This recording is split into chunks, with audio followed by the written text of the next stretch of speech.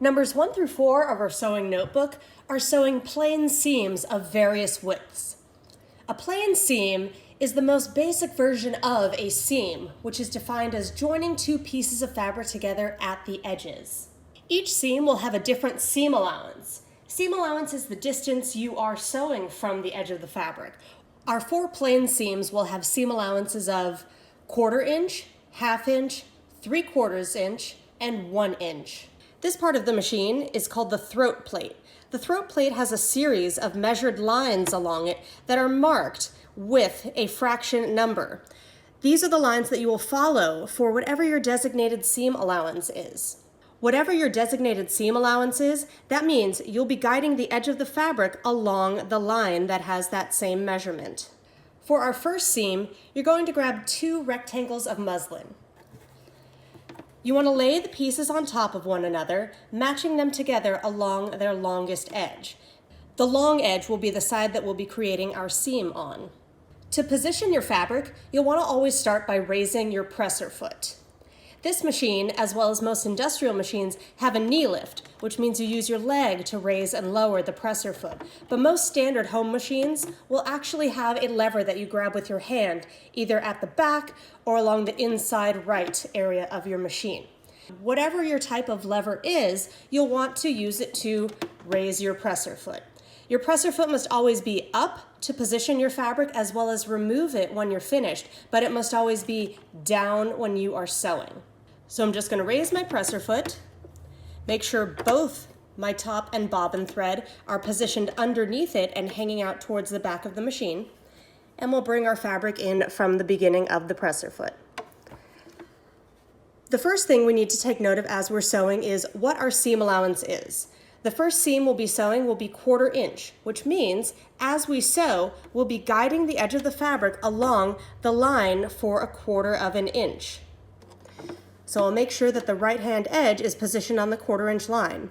And as far as the top edge of the fabric, you are going to be looking at where the needle is going to come down when you start to sew. Rather than having the needle right at the very beginning of the fabric, place your fabric a little bit deeper so that you're about to sew maybe about 1/4 inch down from the top edge of your fabric. And then lower the presser foot. The reason we're not starting with our needle at the very beginning of the fabric, but a little ways onto it, is we need to begin and end all of our seams with something called a back stitch, also called back tacking. This means that we're going to be sewing a few stitches in reverse that will help lock in the seam at the beginning and end points. Our process for this is sewing in reverse from where we're at until we're at the very top edge of our fabric, but without going completely off of it. And then we'll continue all the way down to the bottom edge of the fabric, at which point we will then sew in reverse for a few stitches to end our seam.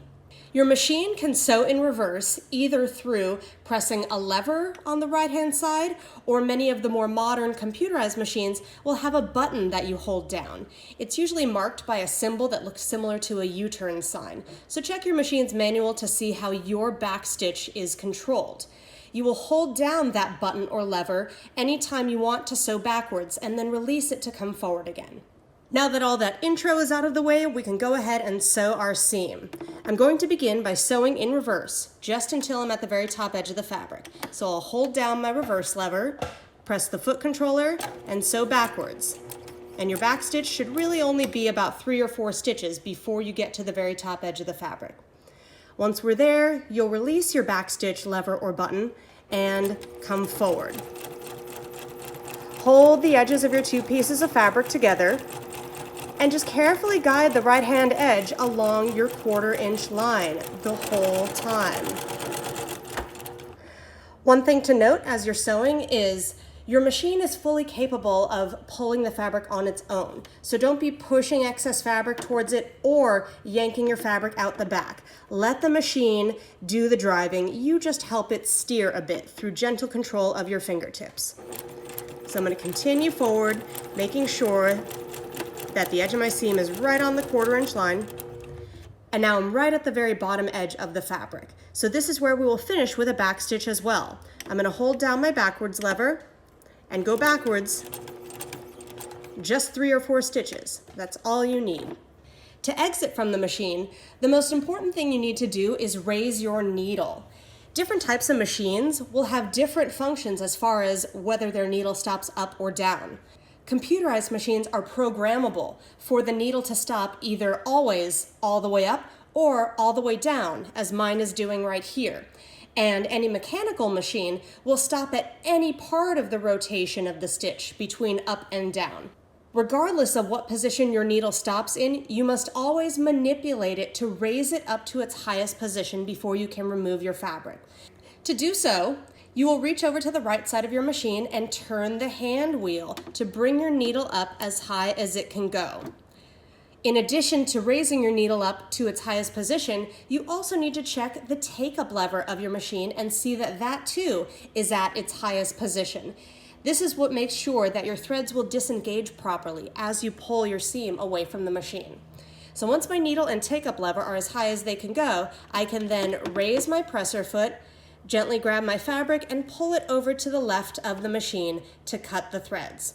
Some machines will have a built-in thread cutter on the side, as mine does, which I'm about to use. See how that will cut the threads to separate my fabric. If you decide to come in and use scissors to snip the end of your seam, which is totally a viable option, you'll just want to be sure that you always leave 4 to 6 inches of thread coming off behind the presser foot and the needle. Never cut your thread right here at the presser foot. You always need a little bit of length behind it. If you cut your threads too close to the presser foot, then what will happen is as you go to sew again, your machine will become unthreaded. So to avoid that happening, always have a few inches of length coming out behind you. For our next plain seam, we're going to be sewing at 1/2 inch seam allowance. So you'll want to locate the line on the throat plate of your machine that says 1/2 inch. That's the guideline that we'll be following for this one. Grab 2 more rectangles of fabric and place them on top of one another, aligning them along the right-hand edge. So I'll make sure the right edge of the fabric pieces are along my 1/2 inch line as I raise my presser foot and place my fabric underneath it and lower the presser foot. Also being sure that my needle is maybe about 1/4 inch down from the very top edge of the fabric. We'll begin with our back stitch by holding down the reverse lever and sew backwards just those 3 or 4 stitches to the very beginning of the fabric. And now we'll continue forward.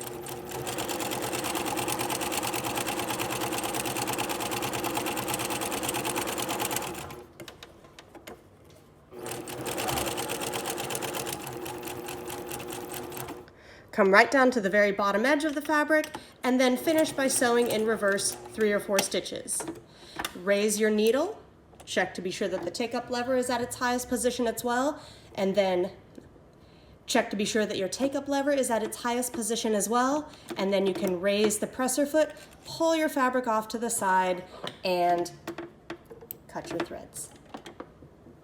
The next plain seam we are going to sew will have a seam allowance of 3/4 inch. However, some machines, mine included, don't have a line to indicate 3/4 inch on the throat plate. So this is a technique that you can use to give yourself a temporary guideline if you ever need to sew at a seam allowance that is not indicated on your machine. Take a ruler and you're going to measure the distance of the seam allowance you want from where the needle is. So if I place my ruler with the 3/4 inch mark right in front of the needle, I can then come over to the end of the ruler and stick a Post-it note right there to mark my new seam allowance. Now, as I go to sew at 3/4 inch, all I have to do is guide the edge of my fabric along the edge of the Post-it. That again is marking 3/4 inch from the needle to the edge of the Post-it. So now I just have to come in with my 2 rectangles of fabric, make sure they're lined up along the edges as well as following the edge of the Post-it. Raise the presser foot, place your fabric underneath with the needle about 1/4 inch down from the top. First begin with a back stitch and then come forward and continue.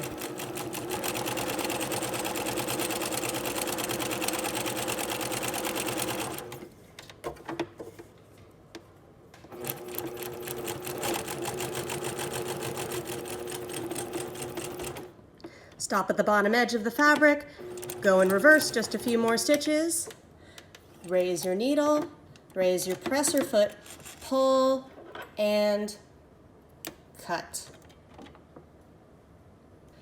Our final seam will be sewn using 1-inch seam allowance. Since I also do not have a line to indicate 1 inch on my machine, I'm going to move my post-it over to that position. So I'll place my ruler right in front with the 1-inch mark perfectly lined up with my needle, and then place my post-it at the edge of the ruler. Grab your next 2 rectangles of muslin, raise the presser foot, place your fabric underneath it, lining the right-hand edges of your fabric to your 1-inch line, and have the needle about 1/4 of an inch down from the top edge of the fabric. First sew backwards to the very beginning, and then come forward.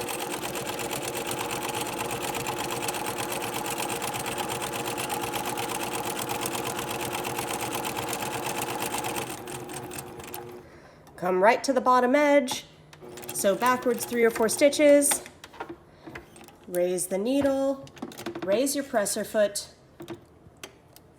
and cut your threads.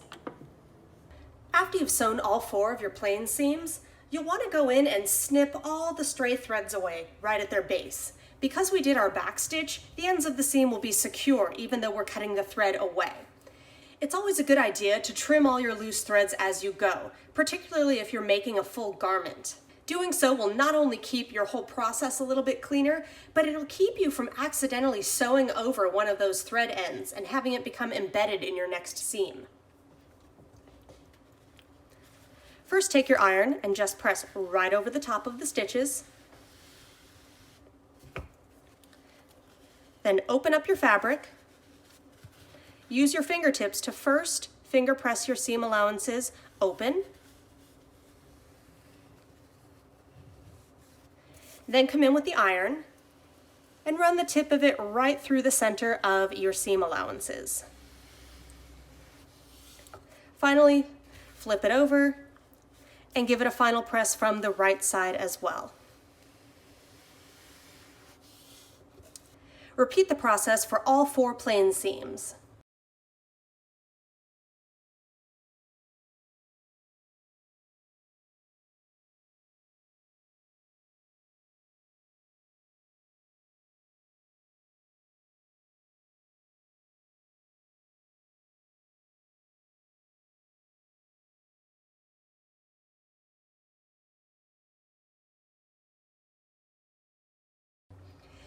After all 4 of your seams have been pressed open, use a bit of double-sided tape to secure each one on its own page in your sewing notebook under its proper label.